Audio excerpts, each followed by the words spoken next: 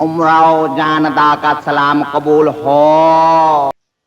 کیا آپ جانتے ہیں جس شخص نے پوری قوم کو ہنسایا اس کی اپنی زندگی کتنی خاموش اور تکلیف دہ تھی؟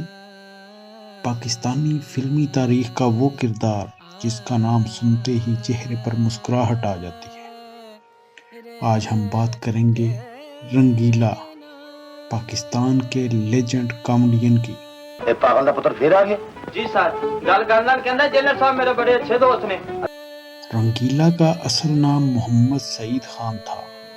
وہ 1937 میں افغانستان کے شہر جلال آباد میں پیدا ہوئے۔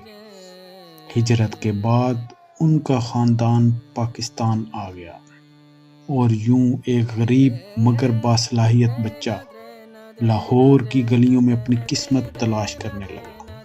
ساڈا پیے اللہ اللہ۔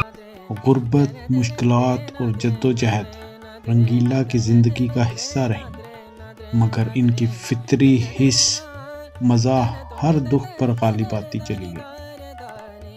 رنگیلا نے فلمی کیریئر کا آغاز بطور میک اپ مین اور جونیئر آرٹسٹ کیا، لیکن قسمت نے جلد ہی ان کی صلاحیت کو پہچان لی۔